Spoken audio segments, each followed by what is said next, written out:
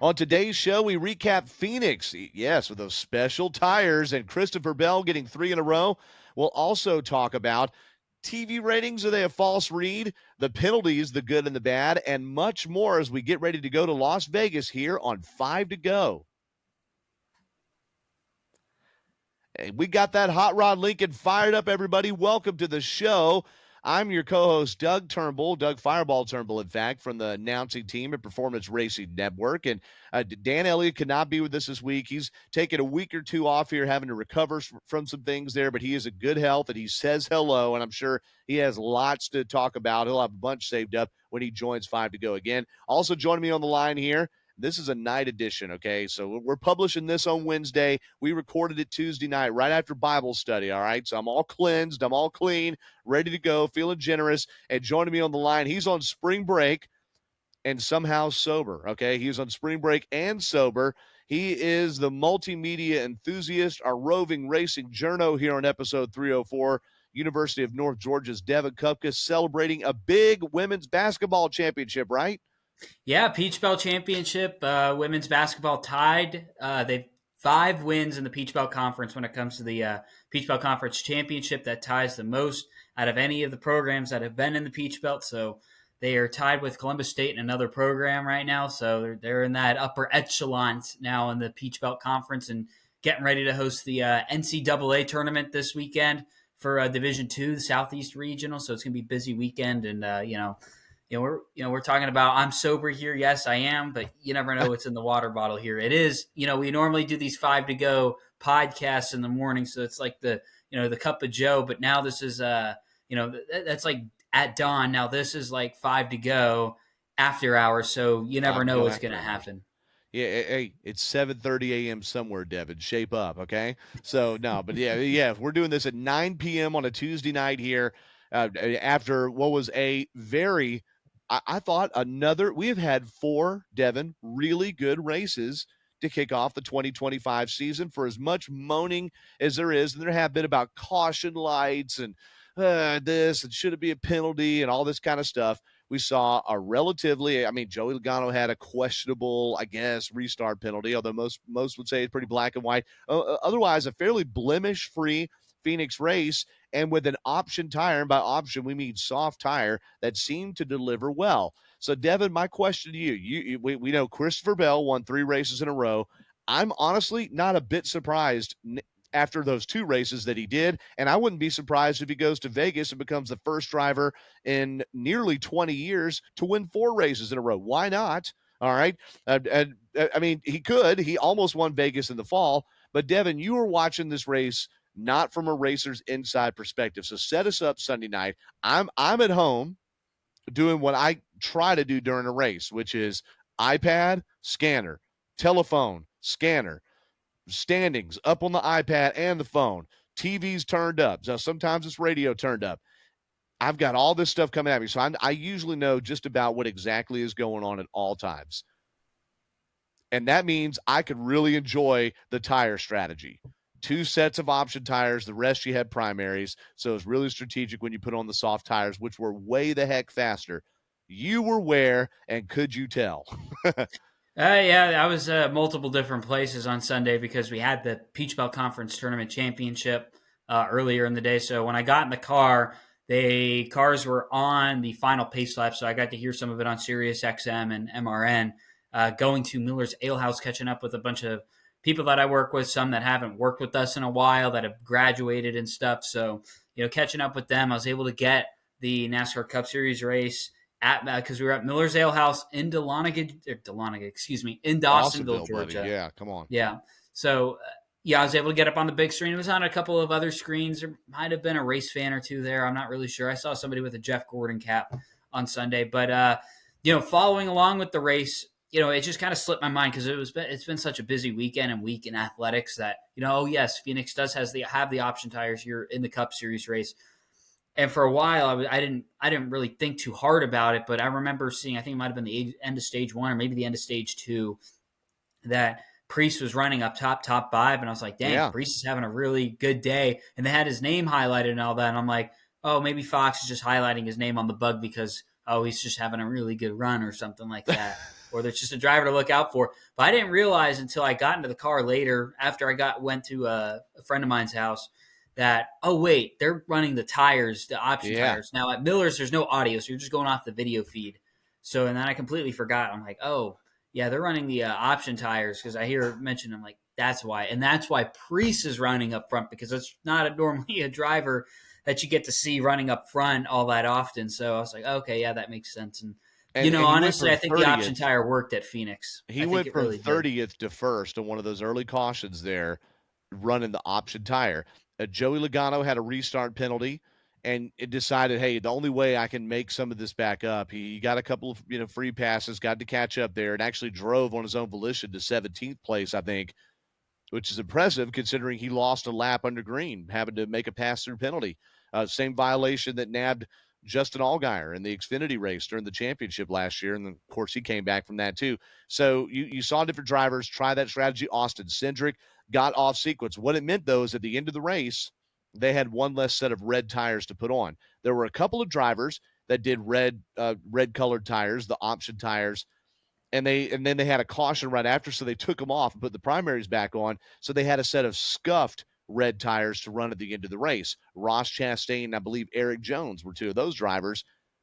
They did not make hardly any ground up on the people that were with them on equalized tires, and I think everybody else around them were on the red tires. So that shows that really the good in those tires had to be early in that run. You blow everybody's doors off, and actually in Ryan Preece's case, he actually ended up getting passed by Christopher Bell, who had primary tires. Once the good got oozed out of those reds, the regular the primary the prime tire, if you will, the yellow tires were able to catch back up. So that was the race Sunday. As it ended up, Christopher Bell, as I said, went to victory lane, and he ended up leading 105 of the 312 laps. The only other drivers at double digits on laps led were the 83 led by William Byron, who's the pole sitter, and 81 by Joey Logano. And we forgot before his penalty, that dude was hooked up. He would have been in that Hunt Brothers Ford very much a part of the lead conversation. And then Ryan Preece led 34 laps. There's 3 laps led by Denny Hamlin. Those were mostly at the end. We had a photo finish at the end of this race with Christopher Bell and Denny Hamlin, as the race didn't go into overtime, but it was a green-white checkered finish. They went green with 2 laps to go. And then we also saw 6 laps led by Austin Cindric, who also got passed eventually there as his tires wore out. So we saw 2 different new names get to the front, and Preece and Cindric. And I mean different and new. They wouldn't have been there otherwise without the tire strategy. We saw Hamlin get some laps led because of the late race restart, but it was dominated by Christopher Bell. Now, William Byron won the pole, and I was at Chris Cockrum, who I guess it's comfortable to say a former NASCAR driver. Now, he hasn't raced since the pandemic. I was at his wedding. I was actually groomsman in his wedding. I loved getting to connect with him and his family again. It had been a long time since I'd gotten to hang out with them one-on-one, or hang out with them in person, I mean. And so the Xfinity race I didn't get to watch, but the groomsmen had to stand around all day waiting for the wedding to start. So we watched practice and qualifying for Xfinity and Cup. All right. And William Byron got out of his number 24. His hands were shaking.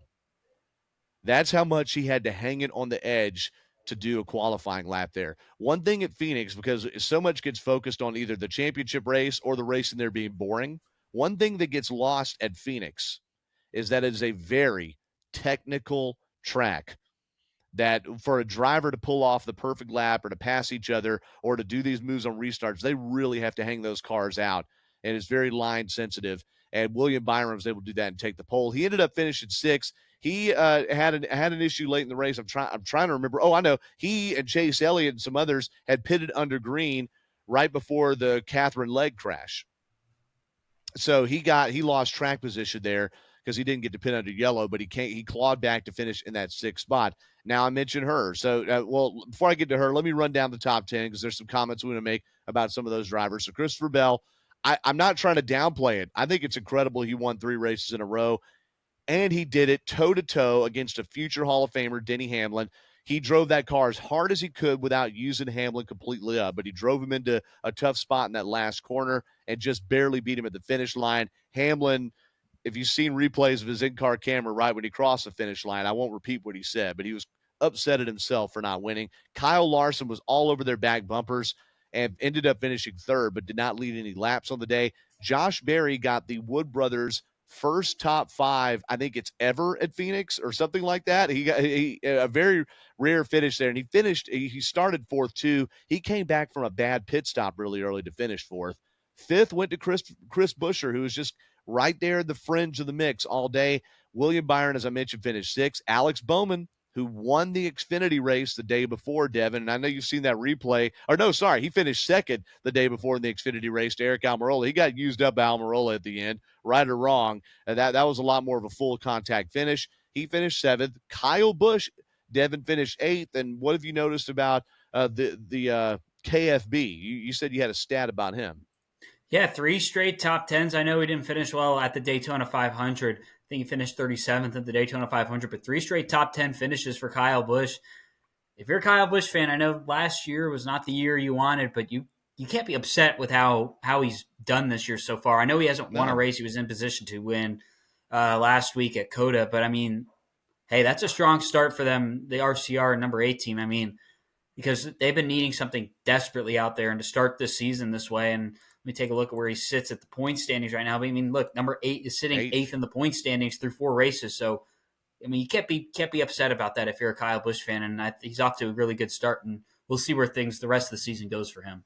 And 55 laps led this year, too. So Joey Logano leads the series, 207 laps led. You got Christopher Bell with 114, William Byron with 100, and I think that puts and you have Josh Berry with 56. I think most of those were led in Atlanta. So Kyle Busch, top 5 in laps led. He's one behind Josh Berry there again, had that big run at Atlanta. And it's early. It's only 4 races, but now you've had whatever you call Phoenix, 1 mile strange. There's no other like it track. It's sort of the half short track, half intermediate. You've got Atlanta Super Speedway package. I know Atlanta itself is not a super speedway, but super speedway package, road course, and a big another drafting oval that handles totally different to Daytona. And Kyle Busch, and Busch was in the thick of it, right in the middle of the lead when he got crashed at Daytona. He has been fast at every single race this year. Maybe not the fastest, but among the fast. And really, when you're right at the door, it's at some point going to open for you. All right. So that's a big story there for Kyle Busch. He was in the 8th position in this race on Sunday.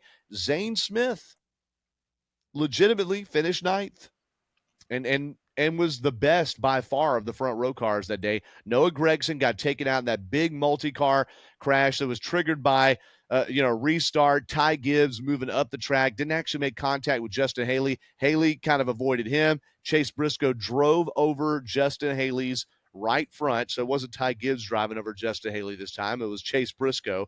And that triggered a wreck that eliminated Briscoe and Haley and Carson Hocevar, who had qualified up near the front.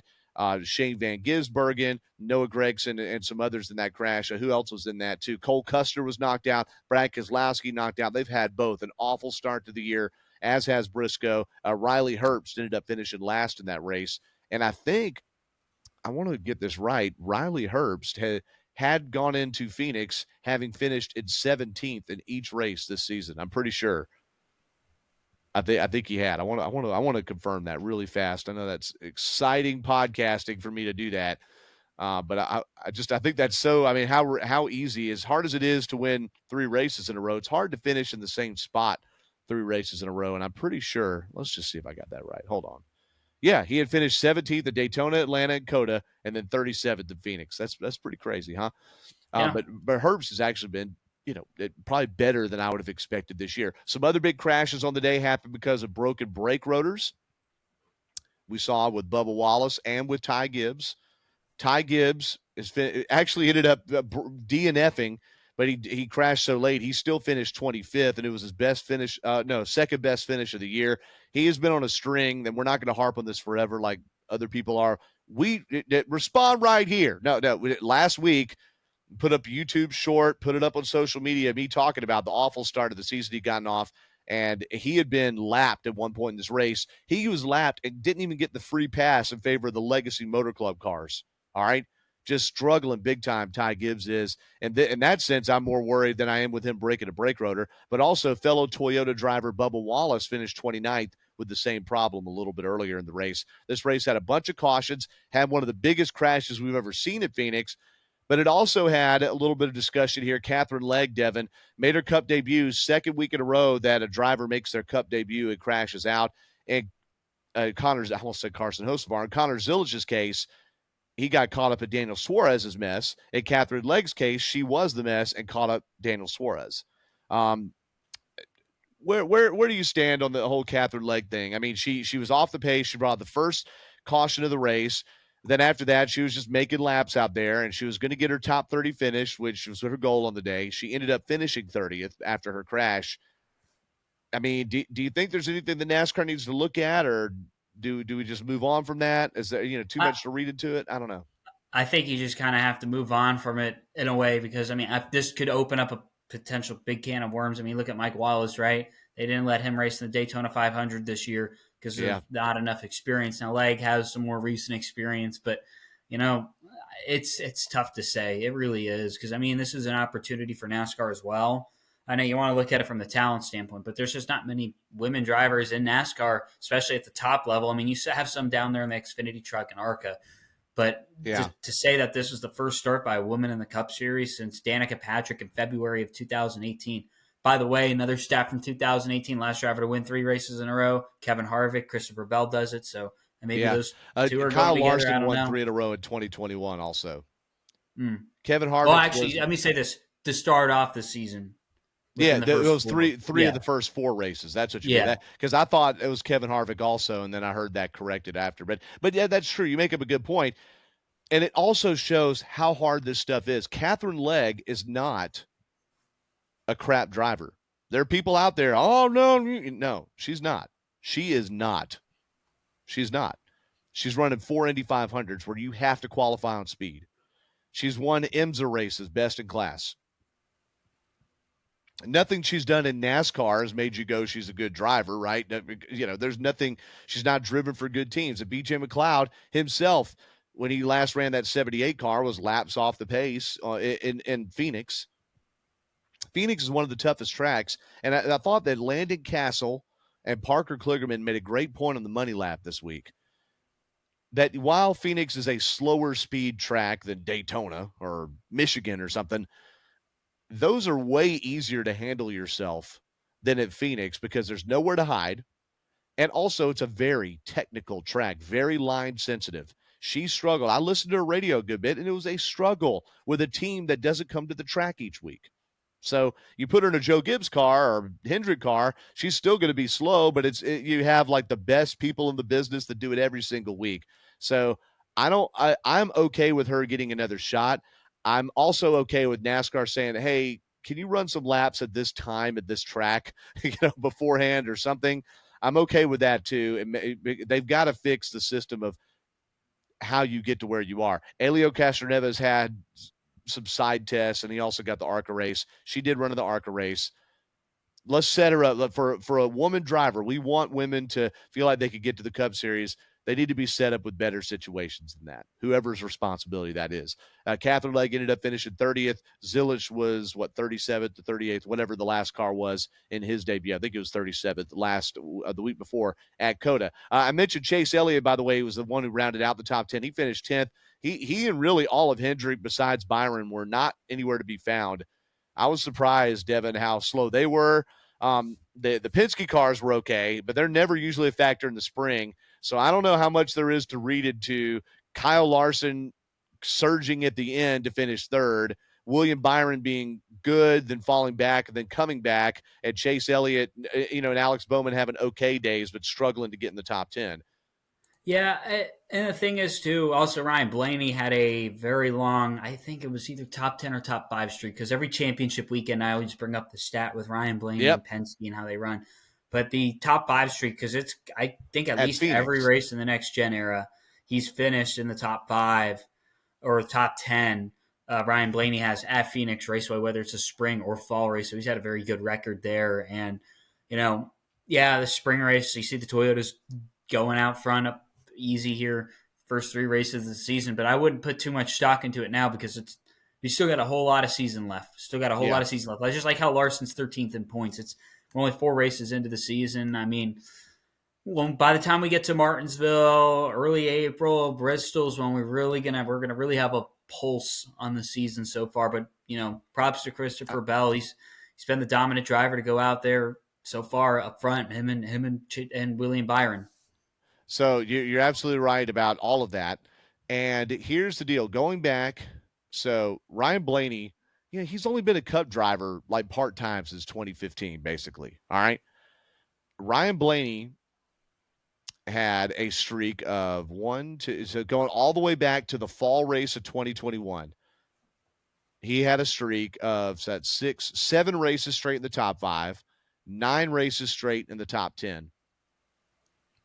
And he finished 28th with a blown engine on Sunday. He probably would have had a top 10 finish without that. So there was a race at Phoenix in 2020 where he finished 37th. He had 2 third-place finishes in 2019. So he began top 5 in that place to death in 2019. That's quite the record. That is quite the record there for YRB at that track. And of course, with the season, at least for one more year, finishing there, that's a great thing to have in his back pocket for the 2023 champ. And Ryan Blaney, like you said, finished toward the back. Tyler Reddick was a big part of the combo, but he had a power steering issue intermittently through the race and ended up finishing 20th because of that. He got lapped at one point. And Daniel Suarez, despite finishing 4 laps down with crash damage with Catherine Legg, he T-boned her basically. She spun right in front of him, nowhere to go, and he finished 23rd in the race there. He's had a really, really tough start to the year. You mentioned the point standings. It's not Christopher Bell and his 3 wins in a row, Devin, that is at the top. It's actually William Byron. And what's the difference, Dev? Stage points. 26 stage points for Bell. So let's think about that. There's been 4 races. That means he's only averaging 6 point something or rather stage points a race. Well, there's 20 total stage points available in a race. So that means he's only averaging like a 7th place finish in stages, right? Or so, 7th or 6th place finish in stages. William Byron has 49 stage points. William Byron crashed at Atlanta, and he leads the points by 13 over Bell. So if you say Byron's crash and Bell's crash sort of negate each other, Byron's been piling up stage points. Christopher Bell has 3 race wins, but only 1 stage win. Now, William Byron also has only 1 stage win, too. And of course, Byron won the Daytona 500, has only other 1 stage win besides that. And nobody in this – now, here's something interesting, Dev. We've had 4 races. We've seen 2 drivers win 4 races. We have nobody with 2 stage wins. All right, the stage winners this year, in no particular order, I'm just going to order the point standings. William Byron, Christopher Bell, Ryan Blaney, Joey Logano, Kyle Larson, Bubba Wallace. He won a stage, COTA, right? Yeah, that's crazy. I think. Josh Berry, Ryan Preece won a stage of COTA, and that's it. So that's kind of interesting, too, to see it all shook up like that. Yeah, I've seen a lot of parity with the stage wins. And, take a look at what Christopher Bell did on Sunday, though. 57 points. If you look at that on the breakdown of points, 57 points is really impressive because the maximum point gain in all but one race of the year is 61 points because then you got that fastest lap point as well. Oh, yeah. So, 57 out of 61, that's only 4 off of the maximum that you can gain. So, Bell's just, that's incredible to have that many points in a race. It really is. Joey Logano, most laps led this season, 207, by the way. A lot of that at Atlanta, right, in Daytona. Joey Logano, 207 laps led. So he, by far, large leads. Bell's second most laps led this year, 114. And here's some interesting laps leader thing with overall speed. So points, you can say, okay, you give up points at a road course, or maybe you crash early somewhere, points, okay. But laps led to me is a big one. Chase Elliott, 2 laps led this year. Tyler Reddick, 3rd in points, 9 laps led this year. Denny Hamlin, only 9 laps led this year. So that's that. Watch for those are ones that are expected to be fast all the time. Reddick, Elliott, they're all top 10 in points. Reddick is 3rd, Elliott's 5th, Hamlin 7th, single-digit numbers of laps led. Where's the speed? And that's 3 different organizations, 3 different deals. Reddick and Hamlin are satellite involved. So that's just kind of a look at the points there, where things have gone. It's still very early. I mean, there's all sorts. John Hunter Nemechek still 13th in points, and then you got guys way at the bottom of the point standings. Chase Briscoe got his points back, and we'll talk about that in a second. But then he had a terrible race there in Phoenix. He's only 20th. Looking further back, gosh, I mean, it just gets cold and ugly toward the back here. AJ Allmendinger 28th, Suarez 29th. Austin Cindric now, big points penalty. We'll talk about this in a minute. 32nd in points. Brad Keselowski, another crash, another DNF, 33rd. Ty Gibbs actually moved up 2 spots to 34th. Okay. Cole Custer, 35th. Cole Custer has only 2 more points than Jimmy Johnson, and Jimmy Johnson only ran the Daytona 500. The lowest ranked driver that's ran every race is Cody Ware. He's already 142 back of the lead. He is 37th in the standings. He just passed Corey LaJoie, I think. So, yeah, that's. I wonder what's going to happen with this Haas factory team this year. With because we've seen the decline when it was SHR. Now Cole Custer's back in the seat, just a one-team operation, and now, this is so far off to its worst start, or Cole Custer's worst start of his Cup Series career, and probably one of the worst starts off for any Stewart-Haas racing driver or any Haas driver over the past 15 years.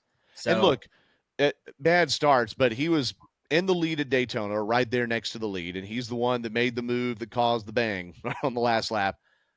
And also, he got crashed out in Atlanta. I want to say something happened to him in COTA as well. I mean, but he wasn't running well in COTA. He really, as far as just performance, and he got crashed out at Phoenix. It's still a small sample size to say he's not even running to where we expected him to run mid-pack. We don't really even know just yet. It's tougher to say with him because you have 2 races where he was crashed out and early too, not just late, but like early in the race. That's tough. But I agree. They don't have much to stand on. And here's a great point. If you're one of the teams, so if you're an Allmendinger or a Van Gisbergen, for instance, where your teams are kind of like, hey, we know you're probably not going to point your way in. You're probably, to make the playoffs, need to win a road course. Well, you just missed one opportunity. And now for teams that are fringe point your way in teams, Brad Keselowski, right? 30-something in points. Suddenly it's looking like, dang, I better win. If you Bubba Wallace is still in the top 16, but he's somebody that's been right on the fringe of points. Maybe a couple of the Spire cars. It's tough for them to win, right? If you're way back in the standings, then you're really sweating bullets there. And again, I just look at some of those where the only Ricky Stenhouse still 14th in points. Josh Berry climbed 12 spots this week, 21st. Who's somebody? Let's look a little further back. Suarez is somebody who could fringe point himself in. 29th in points. That's tough. Austin Cindric, 32nd after the big points penalty. So that there's a lot there's a lot of ground lost, although there's still plenty of time to make it up. Now, Xfinity wise, before we get into a couple of the other big Cup stories. So this weekend in Phoenix, we saw the ARCA race. Oh God, it just left my mind. One second here. The ARCA series is off until Talladega. I was about to say Brent Wentz, and that's a crew member's name. Sorry, Brent Cruz. My bad. It's night edition. Brent Cruz and the number 18 Joe Gibbs Racing Toyota. He had a photo finish last lap. They do overtime in the ARCA series. Guaranteed green flag finishes in ARCA. And by the way, a caution on the last lap does not end the race in ARCA. You got to finish under green. Brent Cruz finished first. Brendan Butterbean Queen, the winner at Daytona, he placed second there. That was at Phoenix. Then you get to the Xfinity race Saturday evening.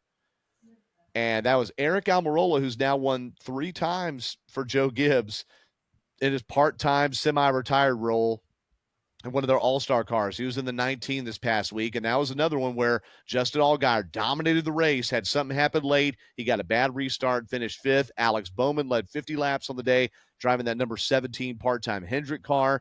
It comes down to an overtime finish. Almirola just sends it into the last turn, runs Mr. Bowman up into the wall there, and Almirola captures a win.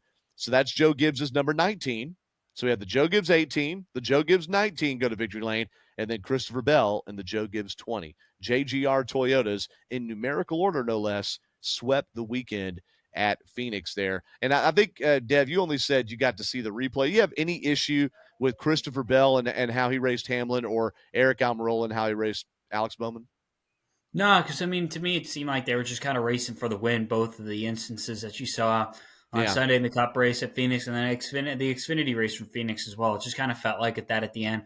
Overtime finish for the Xfinity series, and 3 laps to go for the Cup series on Sunday. So it kind of just felt like, well, these two drivers are both dueling it out for the win. I know Hamlin a little bit more frustrated than, I guess you could say, the other drivers. This was between Bowman and Almirola. Almirola winning, he's won a couple races with Joe Gibbs in that number 20 ride there, number 19 ride in the Xfinity Yeah. series. But I thought it was fine. I thought it was fine because it wasn't. They were bumping and banging. They're both going at it in both races. Yeah, that is fair.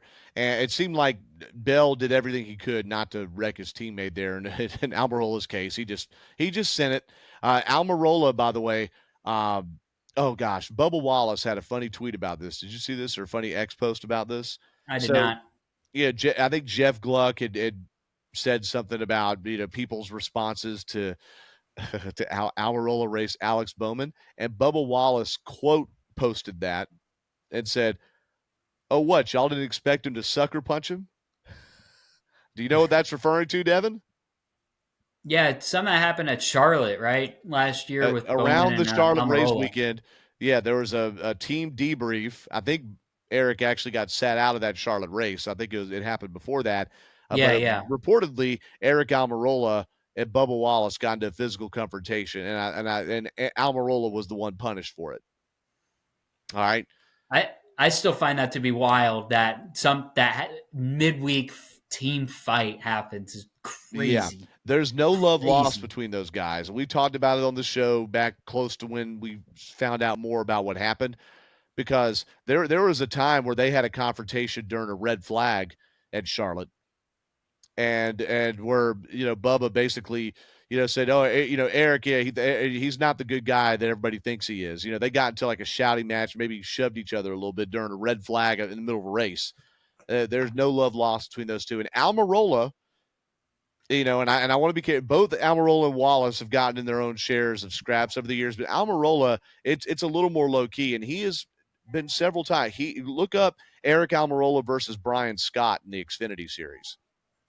All right, look up there. No love lost. All right, uh, he's got some pointy elbows, Eric Almirola, but congrats to him nonetheless for winning that race. Just nonetheless, exciting finish. You'd like to see him not hit each other, but on the other hand, Rubbin's racing, so deal with it. I'm not going to lose sleep over it. Another couple notes from Xfinity here.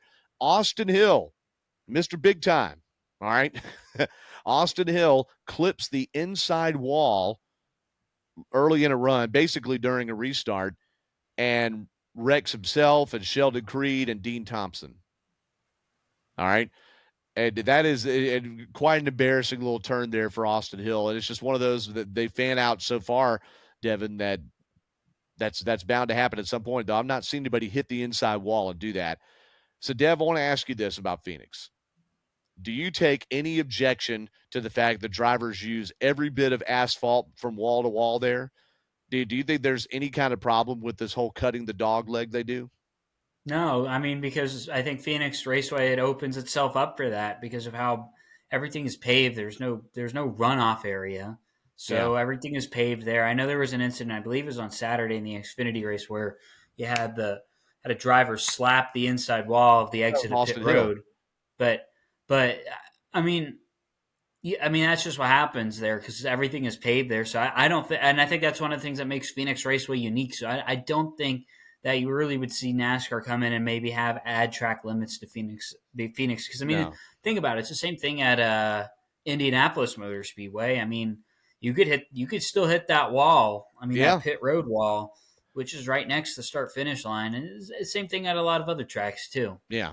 I agree. It's just other tracks is not as advantageous. Atlanta, you're not driving all the way to the edge of the infield grass if you can help it anyway. We saw Dale Jr. in Texas a few years ago wreck the whole front of his car because he was going down below the apron to get a little more, and he clipped the grass, and that was it's a little different on the next gen car, but on the Gen 6 car, if you catch that splitter, it could just tear off the whole front end. So that ended his race. It wasn't like just major damage and out of contention. He was done for the day. Crazy stuff. By the way, Brandon Jones, who had a really just awful start to the year in Xfinity, he finished third on Saturday and darn near won it. Those guys had scrubbed a little more, friction or whatever it was in their confrontation up front. Brandon Jones would have gotten his first win in several years. Fellow Georgian Ryan Sieg finished fourth. I mentioned Allgaier was fifth. The rest of the top 10 real quick. Taylor Gray has been ultra strong this year, just quiet rookie season, sixth place. Sam Mayer's been fast in the Haas Factory team, seventh. Christian Eckes, eighth. Ninth to Jesse Love. 10th to Nick Sanchez at Big Machine Racing. And a shout out to Parker Retzloff.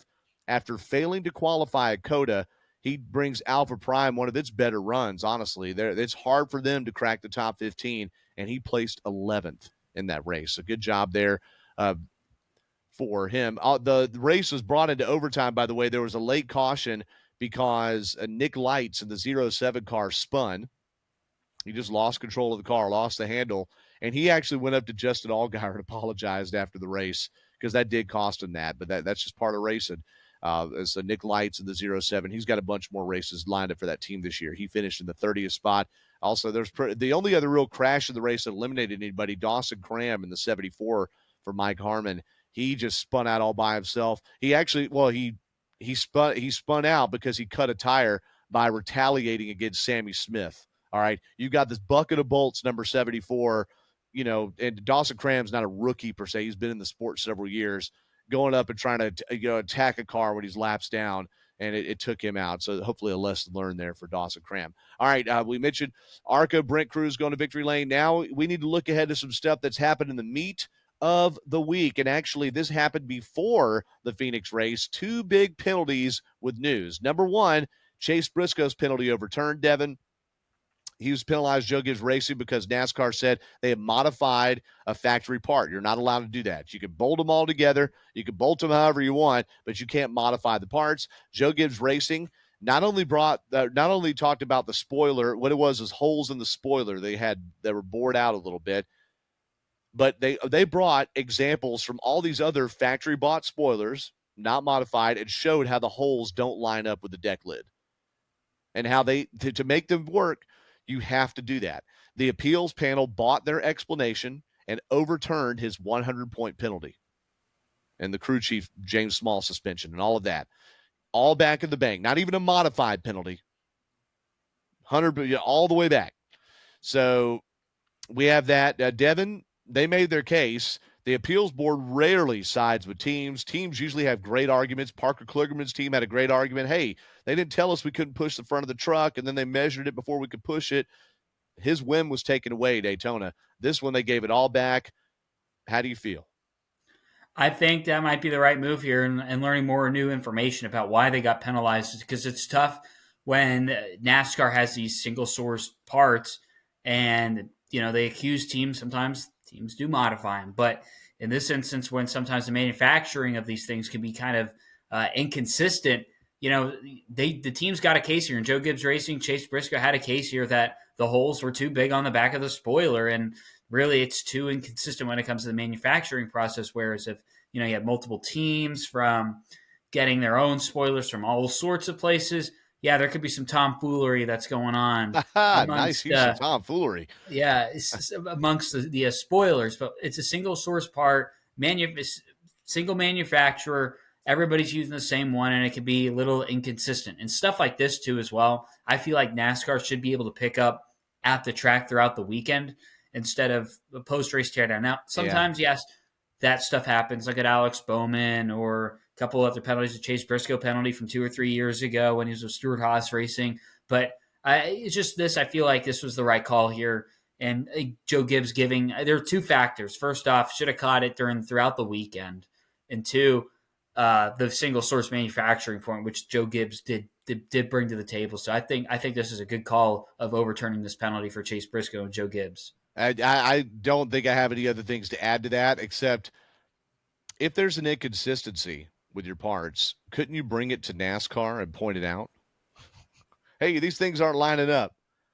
Hey, but if it's only going to help you, because think about it, it's only going to help you if they're inconsistent, then you can always go back if you do get penalized for it. Go back and if it's a single source part, Yeah. you could get away with it, and then go to NASCAR and say, "Hey, look, this is inconsistent. Your guys are sending us bad parts."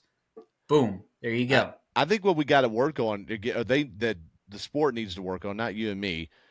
Why are there such inconsistent parts? I know that there's little fractions of differences and all sorts of things. Humans make errors. Heck, robots make errors. Why is that a thing? Like if the teams are forced to pay all this money, they're forced to pay. Single supplier means that supplier can, in theory, charge whatever they want. I know there's, that if they gouge completely, NASCAR would likely stop them, right? But that's where I'm worried about, is why is it inconsistent?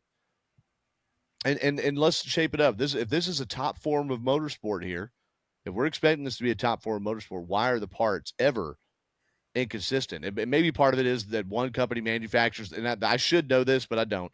One manufactures the spoiler, the other manufactures the deck lid. But still, like, and the other thing is was this an advantageous inconsistency? That the spoiler can move a little bit. Well, that's how they made it. Okay, and these teams are way smarter. They made a good case, but I just I can't shake that there had to be a little bit of, oh well, we're fine with that being inconsistent. There had to have been. I just that's just me. Respond right here. Okay, But the yeah, but next, then you have a case for an argument though, sure. which Joe Gibbs had. That No, they made a case, but is it worth the risk? If they had lost 100 points, wow, 100 points, and then that's multiple races worth of points right there. It was twice the penalty that Austin Cindric got for right hooking and crashing Ty Gibbs. Gibbs run Cindric off the track at Circuit of the Americas. NASCAR and their Hauler Talk podcast, which I highly recommend subscribing to and listening to, not instead of ours, but in addition to ours. Okay. By the way, 5 to goes on Apple, Spotify, GoPRN.com, and my YouTube page. Search Doug Turnbull. Okay. Add over. All right. But they said on that podcast they did not suspend Austin Cindric like they did Chase Elliott 2023, Bubba Wallace 2022, because Elliott and Wallace's right hook crashes were at faster racetracks where people could get more hurt. That what it came down to is safety. They felt like the slower speed of the COTA road course was, didn't warrant a suspension. Now, the amount of points they took away, Devin, 50 driver's points, so not owner's points. So the two car, if you look at the owner's standings, is higher than Austin Cindric is right now. I guess how many? 50 points. But a suspension. So 50 points. If you get 25 points a race, that's two races. You know, that's two races worth of points in a way, or at very least. Now Christopher Bell got 57 in Phoenix, so it's not even one race there. But let's just say 1.5 or two races. It's certainly like sitting out one race plus. However, Austin Cindric doesn't have that playoff point penalty, where he would have been unable to have kept any playoff points he would have gotten so far, which is 0, and he would have been unable to accrue any more until the playoffs start. So that's the part where really the penalty got lessened. And I have not heard so far anyway, Devin, I've not heard an opinion from one driver that's been in favor of how NASCAR handled that. So how do you feel? I get this big setup about NASCAR's explanation for not suspending Austin Cindric as they did Chase Elliott and Bubba Wallace. I think it's tough to say because first off, that was on the front stretch of COTA. There were a bunch of cars around, and Yeah. the speeds are a little bit slower at that point of the racetrack than they were coming off of turn 4 at Charlotte Motor Speedway. So it's tough to say. I mean, yeah, he hooked him a little bit. The thing about it though is NASCAR has to do something, especially in this era of things, because the Gen 7 car has always been a safety concern with that car, so there's no leeway for anything of NASCAR not doing anything about it. They have to go out, make a move, do something, whether it's point, penalty, suspension, whatever. And I think it just depends on the circumstances. Speeds were a little bit slower there. Yes, it was in front of a bunch of people, a bunch of front of drivers too, and yeah, he did hook them, but it's I don't know. It just kind of comes off as less egregious. Still not the Yeah. right thing to do, but it comes off as less egregious than something what Chase Elliott did for Hamlin. Because if I'm not mistaken, the Elliott thing, there was audio, and there might be audio attached to the Cindric thing too, but there was audio attached to the Elliott Hamlin wreck as well, if I Yeah, recall. I could be wrong about that, but that I don't, yeah, that I don't remember for sure. There was a penalty during last year's Xfinity Championship race. I can't remember the driver, and I meant to look this up before the show, but he right hooked somebody during that race. So definite retaliation there, and NASCAR parked him. it was a truck race, right? No.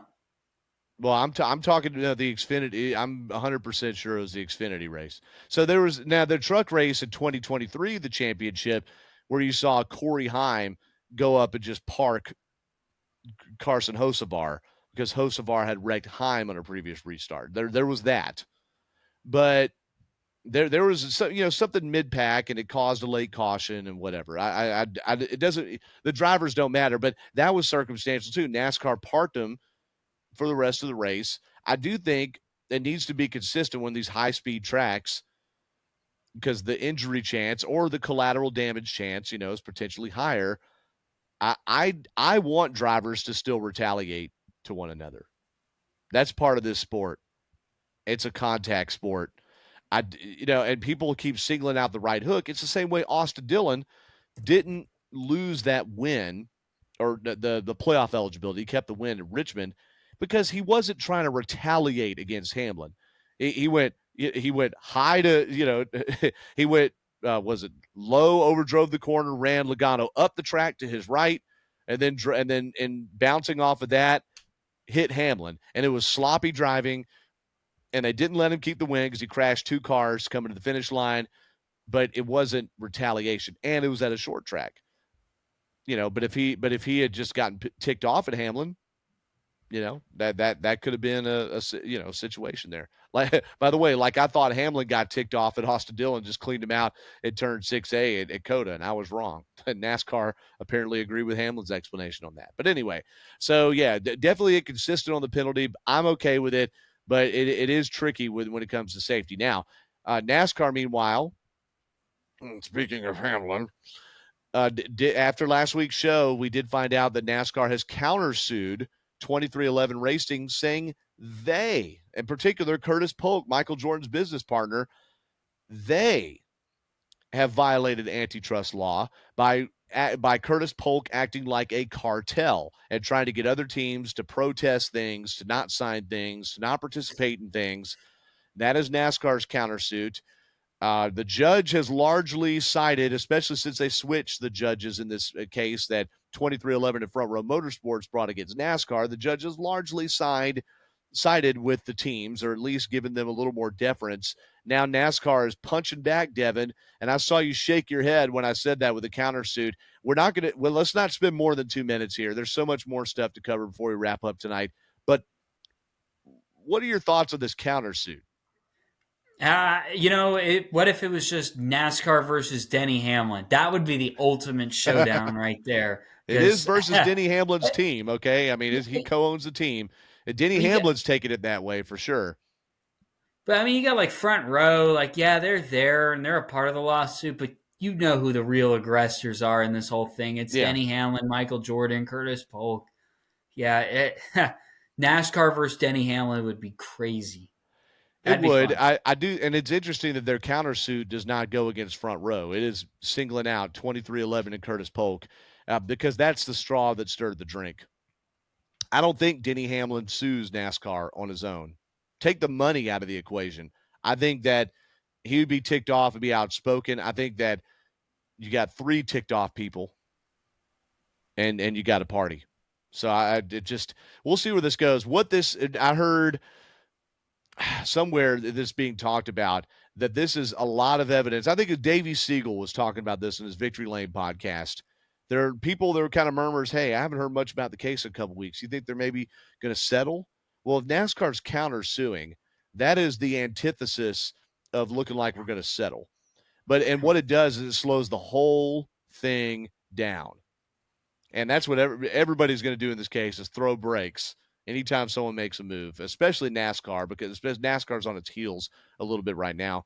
And it's ugly. I mean, it's ugly. The stuff they're saying, especially about Curtis Polk, remember, wore the sign on his shirt, "Don't ask me about Darlington, I might get in trouble," whatever it was, that deal a few months ago.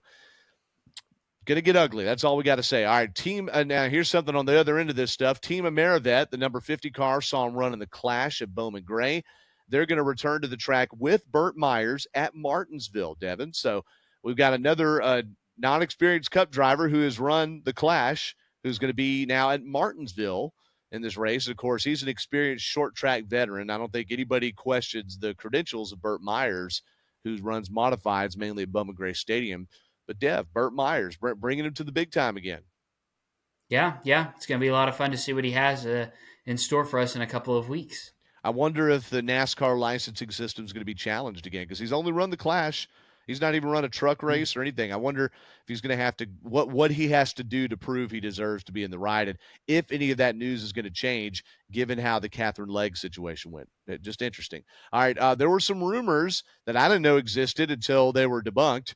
Read a Racer.com Kelly Crandall article about it, and heard some other places that there were some rumors in the garage last couple of weeks, and NASCAR's Mexico City June 13th weekend race might be in question. There was talks of maybe the Daytona road course would be a backup. And one of the reasons, I know security is always a reason in Mexico, but another reason, the 25% tariffs. And I don't know who pays what, which way, how that would work, but NASCAR is pretty well adamant that these rumors are not true and the plan is still a race in Mexico City. I sure hope that's the case, Dev. I mean, it's the most exciting new event circled on the calendar this year. That would be a real bummer to go from, the Hermanos Rodriguez road course to Daytona again. Yeah, I know. It'd be a little bit of a bummer to go back to the Daytona road course, which, man, I don't know. In my opinion, that was not a. That was probably not a. I don't think that road course is built for stock cars. I'll just never forget, like the 2020 race. By the end of lap one, it felt like, and it wasn't because they were each lap's like 2 minutes or something like that. It felt like 8-10 laps had gone by with how spread out the field was. Yeah, it spread out quickly. That's very true. That's the number one thing that comes to my mind is how quickly they got spread out in that. And I just don't really. Christopher Bell's first win was there, but outside of that, it wasn't too memorable. Yeah, the Clash was exciting there in 2021 also. The Clash where Chase Elliott, Ryan Blaney wrecked, and Kyle Busch won. That's, I never thought about it, but is that the first time NASCAR's ever raced on one road course 2 times in a year? Probably. Yeah, I think so. I think that's a good point. Within a 2-week time span, too. Yeah, that was weird. Yeah, because they ran there. In 2020 they ran there once. The 2021, I guess they did it twice. Yeah, and then they were like, yeah, enough of that. It's where Ty Gibbs went out and won in his first Xfinity start, by the way. That's too, right. 2021. We're like, Ty, oh, okay. 2 TV stories. Number one, recording this on a Tuesday, announced today that Carl Edwards is going to be part of like the pre-race and mid-race booth, not up in the commentary booth, so to speak, but he's going to be part of the desk with Danielle Trotta and Corey LaJoie, and Trevor Bayne will be one of the pit reporters on Prime when they take over in the Coca-Cola 600. We've got another TV story after this, but Dev, your thoughts on Carl Edwards, the international man of mystery, and Trevor Bayne, Mr. Nice Guy, being added to Prime? Yeah, the Thursday Night Football on Prime has got some interesting people on there, pre and post-game panel, and seems like the Prime is keeping up with that theme here with adding, Carl Edwards, who was kind of the mystery man of NASCAR for a couple of years. But I think that's going to be a lot of fun come Coke 600 time, by the way. Shout out Coke 600. Whoops. Come on. Here we go. There you go. Coke 600 t-shirt. That throwback shirt. I love that. Got throwback vibes, Coke 600 and Bristol and Darlington. And then Trevor Bayne, too. He added a lot to the FS1 broadcasts and Fox and everything with ARCA. I think he's really talented. I hate to, and this is being selfish because I are one.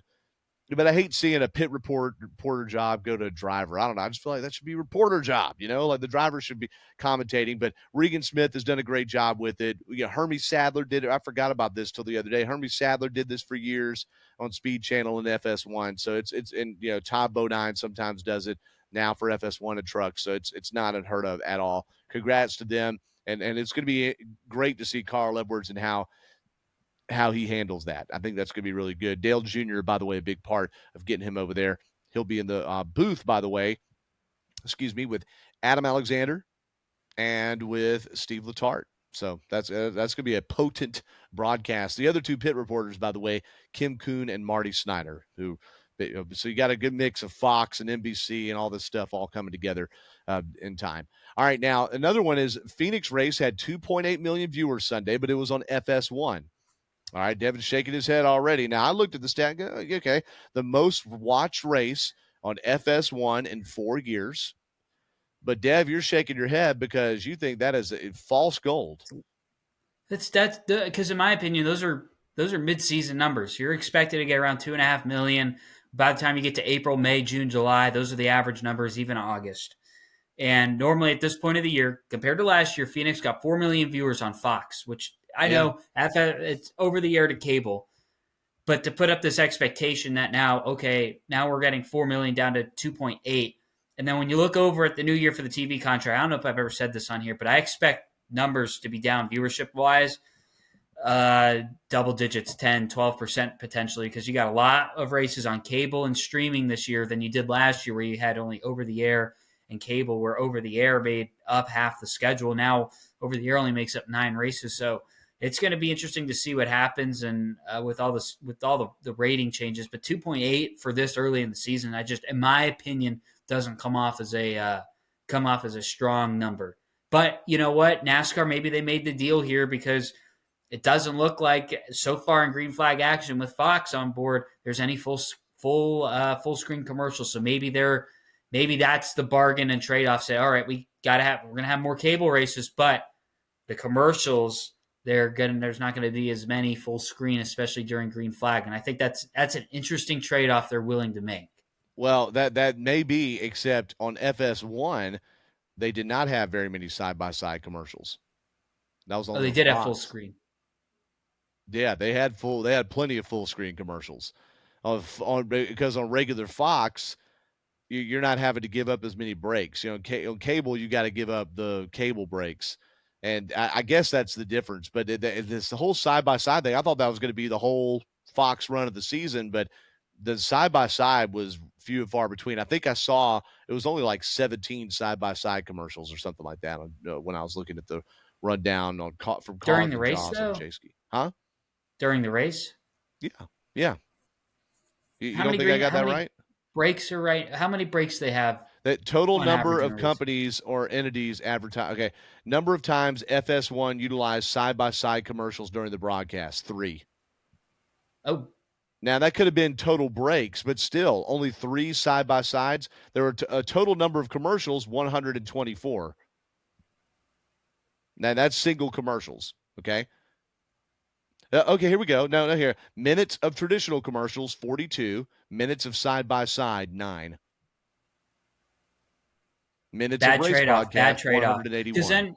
Because then I don't understand it. I understand they wanted more money out of the TV deal, but now that they're doing this with the more cable races, you're going to get lower viewership, and the ratings are going to be down probably double digits. Because honestly, this race is almost double down, or not double down, but is down by half of the viewers they had a few last year. So it's going to be a rough season. Because the thing about it, if you want to grow the sport, I don't know how you can tell investors, oh, this year was our first year in the new TV contract, but our ratings are down 12% year to year.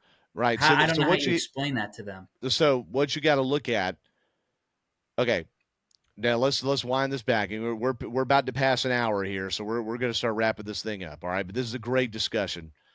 Be a good one to have Dan in when he returns either next week or the week after. All right, here's what you got to bake in. NASCAR decided to take more money per year by introducing multiple broadcast partners. They leveraged multiple partners' interest in this sport to get, I think it's 1.1 billion a year. All right. The teams, several of them, including Denny Hamlin, were arguing, hey, our sponsorship model's broken. We need a bigger piece of the pie. We need our racing itself to be what funds this, not the sponsorship. The sponsorship should be on top. So if you're moving the model in that direction, then that's what you're getting. You're taking a 12 or 20% decrease, whatever that number ends up being, in ratings in return for more revenue, in return for the teams getting a bigger piece of it. Hey, you want to promote the sport? NASCAR's got a multi-million-dollar points fund right now for driver appearances. We've talked about that in previous episodes. All right. So maybe that's what's happening here is you're getting more money in form of rights fees in exchange for sponsorship dues. And then you want to get it in front of more people. You got more drivers showing up at Kroger and gas stations and showing up in Mexico City or whatever. Maybe that's the difference. I don't know. Late night 5 to go. We're not going to argue too much. Okay. Yeah. 10 o'clock. Let's go. Yeah. And by the way, you're absolutely right, Devin. That concerns me a lot is when you have in the situation, look, it's so great that it's on the CW, but I was complaining about it last year. Now we're hearing more and more people go, wait, I've got this streaming with it. I don't have the CW. And CW doesn't have it on their freaking app. What is up with that? I don't understand that. I really don't understand that part, why it's not on the app. Although I hear in-car cameras are on the CW. Yeah, that's great. You can go watch the driver in-car. Yes, and you said go watch Garrett Smithley's in-car camera and turn on MRN or PRN. Okay. What you want to see the broadcast. I mean, God, Parker Kligerman, Jamie McMurray, Adam Alexander doing an amazing job up there. How about our Atlanta affiliate here cutting out the end of the race for Hawks pregame coverage? And then there's that.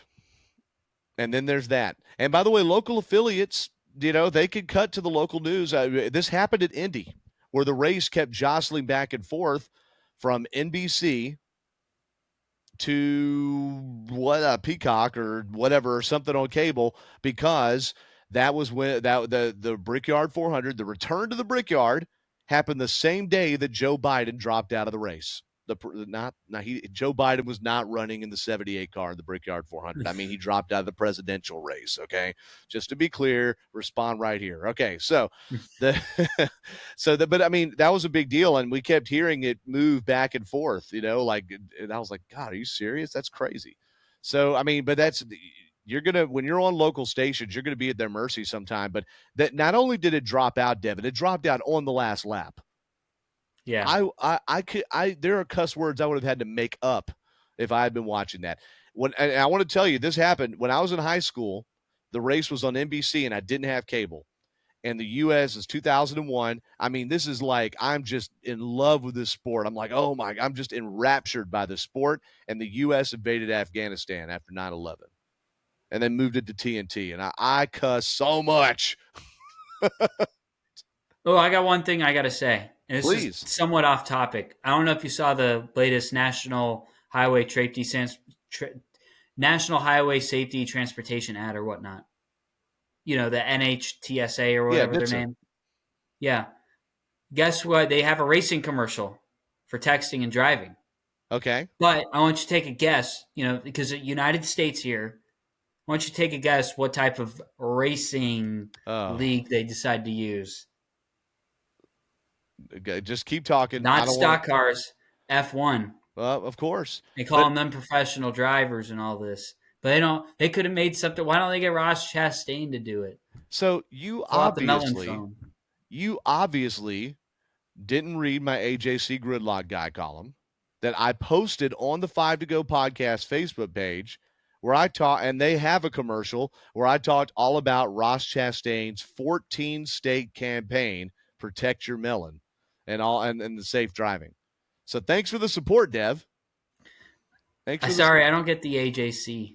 It's not behind the paywall. I put it on the 5 to Go podcast Facebook page. I thought it was behind paywall. Spring break brain fade, buddy. Man, I'm all over the place. It's been a working kind of fun spring break. It's been a weird day. I've had 2 parts to my day. So apparently. Apparently, you need a few more parts installed on your day. My gosh, this is wild. No, but so, Normally, I'm but getting I ready agree to with go you to on the bed. I'm national getting ready to level. go to bed after this episode tonight. I'm getting That's ready to go fair. to Okay, bed we're instead gonna of wrap it waking up. up to get ready for 5 to go. Oh Lord. Oh God. Okay. Okay. I got you. I had I a got long you. day yesterday. I got you. Okay. Well, look, we're wrapping this thing up. Yeah. You were out painting the town red in Dahlonega there. I don't know how many of the girls' basketball teams' phone numbers he's got now, but we're no kiss and tell on this show. Hey, but look, the NASCAR drivers I think are starting to poke more through the cultural zeitgeist again. You see this weekend the Backstreet Boys at the Sphere is sponsored John Hunter Nemechek's car. That's going to get some kind of traction, right? Um, there. It's more is happening than we give it credit for. We're so close to the fire, we don't see. I've noticed more people asking me about the sport and watching it casually. Not a ton more, but enough to notice. So culture for Formula One, like Drive to Survive. We haven't mentioned it one time. That dropped last Friday. I'm in the middle of binge watching that, trying to watch it before Momo gets back from Spain. Okay, uh, it's really good. They make these drivers look like rock stars. That is what people consider racing is. Poor IndyCar. They think IndyCar is F1 light or something like that. So it's just, I mean, because they look the same, right? That's that's what the cultural zeitgeist is. We're just going to have to eat that one. And I hate that, but nonetheless, yeah. Come on, Nitsa, stock cars. I mean, they're literally. Well, I would say they're Chevy Camaros, but they're not. Never mind. We'll Used just to we'll Ford just Mustang. we'll skip that part. Yeah, I guess. I think Toyota's about to stop making the Supra too, so I don't know where we're going with all that. All right, this weekend there in Las Vegas Motor Speedway, that Performance Racing Network carries all three races. That's the new thing, right? The Performance Racing Network carrying all three races. The trucks have been off track since Atlanta. They're going to run Friday night, 9 p.m. Eastern. I'll be up for that. I'll be hiding from people, turning down plans, not hanging out with folks, being antisocial because I want to watch truck racing. 9 p.m. Eastern time. They're on FS1 and PRN. Xfinity Series Saturday, 4:30 Eastern time, which I love, by the way, for the industry. I love that for the industry. That means you're out of Vegas. That means you can go out to Vegas that night and actually have time to do it. And then the Cup race, practice and qualifying Saturday from 1:30 to 3:30, so leading right up to the Xfinity race. And then the race itself will be Sunday. So Saturday's practice qualifying 1:30 to 3:30 Eastern. Sunday, 3:30 Eastern, green flag for the Pennzoil 400. That was won a year ago by Kyle Larson. The fall race with fuel mileage won by Joey Logano. On the entry list, we always like to keep track of that. The Cup Series, no open teams. 36 teams, 36 full-time drivers. Nothing to see here. Keep moving, except the Backstreet Boys and John Hunter Nemechek's car. Already, Devin has the diecast on order. For the Xfinity Series, SS Greenlight Racing's got Patrick Emmerling in the 07. Eric Almirola returns to the Gibbs number 19. As of this recording, the 35 for Joey Gase Racing is to be announced. The 45 car for Alpha Prime will have Mason Massey make a return there. The 70 will have Leland Honeyman replace Thomas Annunziata this week. They're splitting that ride for Derek Cope's team. The 74 Mark Harmon car is to be announced for driver, and Josh Balicki returns to the 91, running the majority of the races there. Now, in the truck series, you got William Sawalich in the All-Star truck, the number one Toyota. Nathan Bird, who's at Young's Motorsports, splitting the year with Stephen Parsons, is in the 02. Stephen Malazzi, who will have sponsorship from Morgan & Morgan, by the way. We see those lawyer commercials here all over town. They were on Kyle Busch's and Austin Dillon's car some last year. He'll be in the number 2 truck, Rayoon Brothers. 07, that's Justin Haley, driving for Spire Motorsports, his teammate. And another all-star truck will be Corey Day, the Hendrick Motorsports developmental driver. Josh Rayoon will drive his own number 22 as a teammate to Stephen Malazzi. Luke Fenhouse, the short track ace, he's going to return to the Thor Sport number 66. They announced a big deal with him. I think his first race was in Atlanta, but also Tommy Baldwin, longtime NASCAR crew chief and now competition director Rick Ware Racing. His son Luke Baldwin is going to run 3 races for Thor Sport later this year in that truck. I like using the entry list and throw some news in there. And then lastly, Justin Carroll will be in the number 90 truck driving for his own team there. So Got several switcheroos there. Nothing unusual, though, for Xfinity or trucks. Cup Series, all standard. As Christopher Bell goes for 4 in a row, trying to do what Bill Elliott did in 1992, win 4 of the first 5 races. And with that being said, Dev, since your day is just beginning, do you have any final thoughts for episode 304? 5 to go. Looking forward to this weekend. We got the regional. We got Battle of Blood Mountain, by the way, tomorrow for UNG baseball. They're playing Okay. Young Harris, so I'll be on the call with that one with my buddy Robert D. Clemente. Let's go Nighthawks. We're getting ready for a big weekend in Dahlonega, regional weekend. The road to Pittsburgh starts here, so it's going to be a good time this weekend. And how can people hear you guys call those games? Oh, you can hear us on the Nighthawks Sports Network or catch us on YouTube, the Nighthawks Sports Network on YouTube, or UNG Athletics on YouTube. So the best place to look is YouTube? YouTube, or look up Nighthawks Sports Network on Google. We go live at 3 p.m. Live at 3 p.m. Which day? Tomorrow. Midweek action. Young Harris, formerly in the Peach Belt, but the Battle of Blood Mountain stays alive. It's going to be a good matchup. North Georgia on the rise. Young Harris, they're good as always, so it's going to be a good matchup. Young Harris, by the way, the best rapper in Northeast Georgia is Young Harris. I don't know if you it's Kamala's cousin. Okay. No, that's, by the way, when he says tomorrow, by the time you're hearing I'm sorry. Wednesday at 3, which is probably today for a lot of people. Hump day? Yes, indeed. All right. By the way, it's after 10 o'clock, so does that mean it's okay to cuss on here now? No. I'm kidding. No, it's not. No, we want this to be family friendly there. Hey, shout out, by the way. So here's my 5 to go final thought. God, if I said it last week, I'm sorry if I did, but I'm not sorry. Congratulations to Chris Cockrum and Hannah Hope Cockrum. So I was so glad to get to. I hadn't actually met Hannah before, except on FaceTime one time. So that was really good to get to hang with them. Chris's dad, Lynn, his dad's girlfriend, Linda, Hannah's family, just everybody over there. Chris's brother, Andrew, and a big shout out to 2 of the groomsmen of big NASCAR fans, Greg, and then also Mitch Martin, who I'm friends with on Facebook too. Mitch, he actually was. He's the reason I thought of the. Is it should we have track limits at Phoenix, because he does not like them racing on the apron like that. So shout out to Mitch there, who said he'd be listening this week, and to Kyle Cook, who said he'd be listening this week too. We love our listeners there, like the Young Blood family, Top Speed Graphics, and everyone. Check in with our Facebook page, please. Stir the pudding on there. Put some funky stuff, all right? Don't be racist and nasty and terrible, but put some funky stuff on the Facebook page. Let us interact with you there. We'll interact with you right back. And be sure, if you want to find this on YouTube here, it's me standing in the Captain Herb ballroom at home, and Devin in his man cave there and coming. That's on my YouTube channel. Just search Doug Turnbull on YouTube and then see the one that, looks like it's about racing, and that's me. Eventually we'll put 5 to go on its own, but right now check out that, and we put some YouTube shorts, some of our hot takes or things that come out of the show. So we wish that Dan Elliott gets well. We love Dan. He's getting some surgery he's needed for a long time. He's going to be back and up to speed here very shortly. So for Dan and Devin, go Nighthawks. I'm Doug, and thank you all so much for listening to 5 to go. God bless.